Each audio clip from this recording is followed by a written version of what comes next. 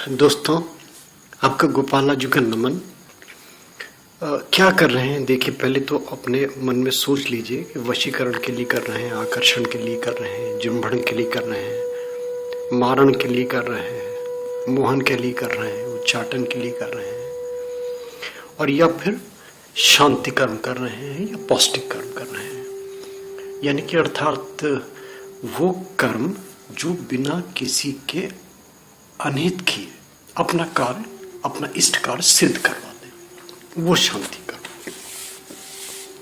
और मैं जो दे रहा हूं, मैं शांति कर्म भी देता हूं। किसी का अनहित की तो हम सोच भी नहीं सकते, एक पासंग भी, 1% भी नहीं सोच सकते किसी के लिए। देखिए, कल से नवरात्रि आ रहे हैं और नवरात्रों में अपने अपने बुद्धि और विवेक से सब लोग करते हैं, जैसे जिसके ट्रेडिशंस हैं, जैसे जिसके घर की मान्यताएं हैं, जैसे जिसकी आस्था है, जैसे जिसका विश्वास है, जैसे जिसकी सुविधा है, जैसे जिसको उपलब्ध है। तो ये सारी चीज़ें अपने अपने जो भी कुछ कर रहे हैं, अपने जो भी तरीका कर रहे हैं, ये मुझसे प्रश्न किए 2-3 अभी मेरे पास फ़ोन आए तो मुझे देना पड़ा ये वाला कि इन 9 दिनों में सबसे अच्छा क्या है। देखिए, भगवान के तो सब नाम अच्छे हैं, इसमें तो ये कहीं नहीं जा सकता, मगर जो मेरा अपना अनुभूत है, जो मुझे अपना अच्छा लगता है, वो है राम रक्षा स्तोत्र। बेस्ट, द बेस्ट, इफेक्टिव, सरल, सुगम, सहज और हानि एडवर्स इफेक्ट से बिल्कुल दूर, कहीं एडवर्स की तो संभावना नहीं। बस ये है कि थोड़ा संस्कृत में है ये। आप अगर नेट से 1-2 बार अगर इसको डाउनलोड करके या कैसेट से या और किसी माध्यम से 2-4 बार सुन के उसको मनन करने लगेंगे, उसको गुणन करने लगेंगे, साथ साथ उसके उच्चारण करने लगेंगे, तो ये सहज हो जाएगा आपके लिए। फिर आप उसको कविता की तरह, गाने की तरह आप गाने लगेंगे अपने मन में। ये सबसे सरल मैं बता रहा हूँ आपको। इन 9 दिनों में अगर कुछ भी नहीं करते तो केवल राम रक्षा स्तोत्र का पाठ करें। देखिए, राम रक्षा स्तोत्र एक प्रिकॉशनरी मेजर्स का एक टूल है, एक कवच है, एक प्रोटेक्टिंग टूल है, ये प्रोटेक्टिंग मेजर है एक। ये अगर करते रहते हैं तो दुर्भिक्षों से रक्षा के लिए, अपने इष्ट कार्यों के लिए, रोग के लिए, शोक के लिए बहुत ही उपयोगी कारगर सिद्ध होता है।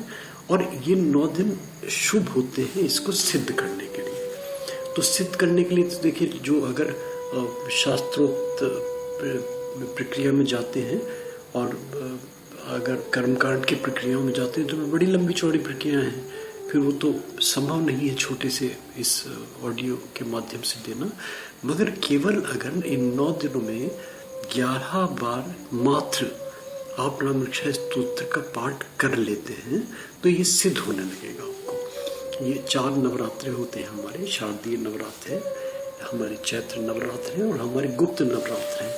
तो इनमें चारों में अगर आप ये नियम बना लें कि मैं 11-11 पाठ करूँगा या करूँगी, तो ये आपको सिद्ध होने लगेगा। और सिद्ध वैसे हो जाता है जैसे हम एक कोई लाइसेंस हमने लिया और उसको रिन्यूअल करा के रख लिया, तो वो पता चला काम नहीं आ रहा, मगर उसका रिन्यूअल एक बार हो गया, पता नहीं कब काम आ जाए। तो इसको, इन सब चीज़ों को एक लाइसेंस मान के चलिए, एक रजिस्ट्रेशन मान के चलिए कि आपने अपने आप को एक पात्र बना लिया है इसको करने के लिए। तो आप इसके पात्र हो गए, कभी जब जरूरत पड़ी तो इसको कर लिया। सरल से उपक्रम में राम रक्षा स्तोत्र का पाठ जैसे कल से जो शुरू करेंगे, तो पहले दिन तो देखिए क्या होता है पता नहीं। ये तो मैं जब बता रहा हूँ, जब 2-4-5-10 बार नियमित रूप से 1 साल 2 साल 4 साल आप नियमित रूप से नियम अपना लेंगे, तब जाके चीज़ें लगेगी कि हाँ फलीभूत होने लगी। मगर करिए, क्या पता, ये तो माचिस की तीली की तरह होती हैं अध्यात्म की चीज़ें। अगर जली तो एक क्लिक में जल जाएगी, और अगर नहीं चली तो सीली जैसे माचिस होती है तो सील जाती है, वो फुस फुस करते रहते हैं, वो 100 एफर्ट्स में भी नहीं जलती। तो ये तो क्लिक है, पता नहीं किसको एक झटके में क्लिक हो जाए। इसको करिए। एक टोटका बताऊं ग्रुप के अनुरूप। तिल ले लीजिए, चाहे वो काले तिल हो चाहे वो सफेद तिल हो, वो फिर उनके पर्पस हैं अलग अलग। काले तिल किस पर्पस के लिए और सफेद तिल यानी कि पीले तिल जिसको कहते हैं वो किस पर्पस के लिए, उनके अलग अलग वो हैं। इनमें सफेद भी आते हैं मगर हम पीले तिल मान के चलते हैं कि पीले तिल और काले तिल। तो हम सात्विक कर्मों की तरफ जा रहे हैं तो पीले तिल लीजिए आप और कटोरी में रख लीजिए, सामने बैठ जाइए कटोरी के, अपने धूप दीप जैसे जो भी जलाते हैं करिए, मगर धूप जलाने से पहले मैं ऑडियो देता हूँ वो ज़रूर सुनिए, उनको उनको उनको अपनाइए जीवन में। क्योंकि मैं मानता हूँ कि पूजा, पता चला हम तो अच्छे के लिए कर रहे हैं और हम उसको हम कार्बन कंटेंट्स हम इनहेल कर रहे हैं तो हमारे पता चला फेफड़े खराब हो गए। भगवान देवी देवता प्रसन्न हो या ना हो ये तो बात की बातें हैं। तो वो सब चीज़ें देखिए कि धूप जला रहे हैं, दीप जला रहे हैं, कैसे जला रहे हैं, किसके जला रहे हैं, क्यों जला रहे हैं, वो सब अपने बुद्धि विवेक से। और नहीं हो तो सादा भैया सीधा सादा कटोरी रख लीजिए, भगवान जी का काल्पनिक अपने मन में एक अपनी चित्रण कर लीजिए।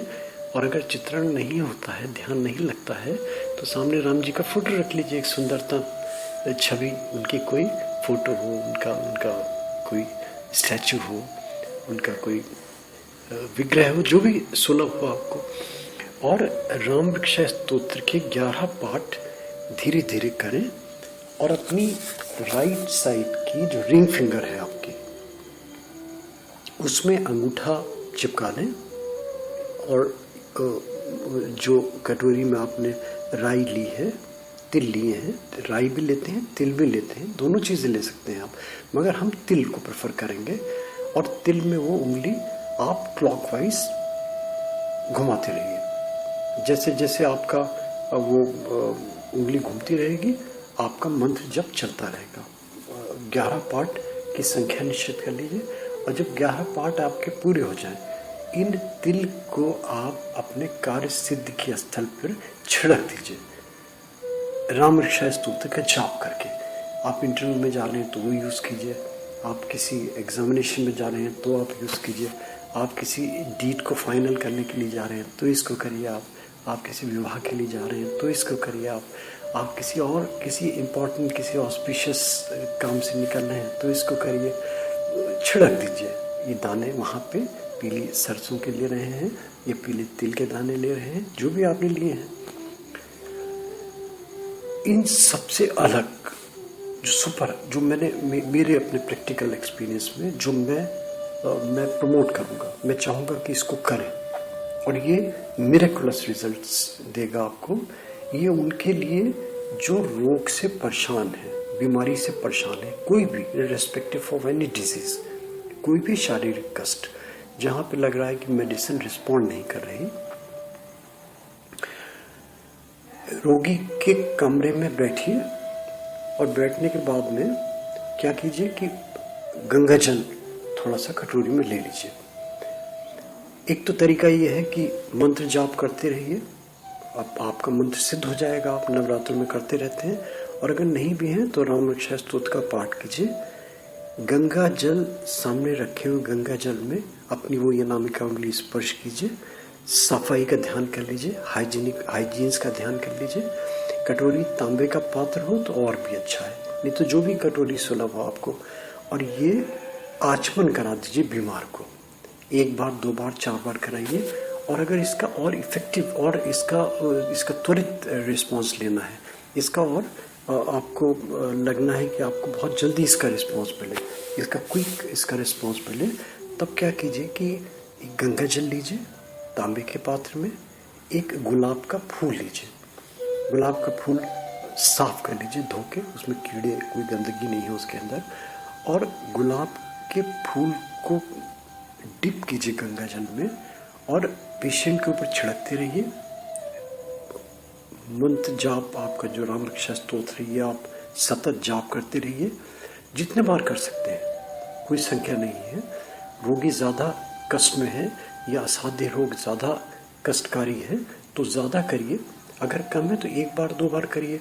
और गंगा जल उसके ऊपर निरंतर सर से पैर तक छिड़कते रहिए। और ये जो आपका जो गुलाब का फूल है ये कहीं किसी वृक्ष की जड़ में छोड़ दीजिए। गंगा जल जो है, जो आपने कटोरी में लिया है, ये भी कहीं घर से बाहर किसी वृक्ष में छोड़ दीजिए। आप ये दो प्रयोग, दो उपाय, दो टोटके, दो आध्यात्मिक उपचार, ट्रीटमेंट, ये आप करके देखिए। आप देखिए कि आपको कितना लाभ मिलता है। और फिर मैं कहूँगा कि अगर कुछ भी नहीं कर रहे हैं तो इन 9 दिनों में, इन नवरात्रों में मात्र राम रक्षा स्तोत्र का पाठ शुरू करें। सुबह, शाम, दोपहर। अगर मान लीजिए 11 पाठ एक सिटिंग में आप को पूरा करने की कैपेसिटी नहीं है, इतनी क्षमता नहीं है आपके अंदर, तो 2-3 सिटिंग में कर लीजिए। दिन में बैठिए, मॉर्निंग में बैठिए, इवनिंग में बैठिए। ये ज़रूरी है कि जब बैठें तो थोड़ा सा शुद्धता बरतिए, कुल्ला कर लीजिए, हाथ मुँह धो लीजिए। इसको करके देखिए और अच्छा लगता है तो प्लीज़ वही मेरा कहना कि यूट्यूब में इसको वायरल कीजिए, यूट्यूब में इसको सब्सक्राइब कीजिए। Thank you, thanks for hearing गोपालाजी।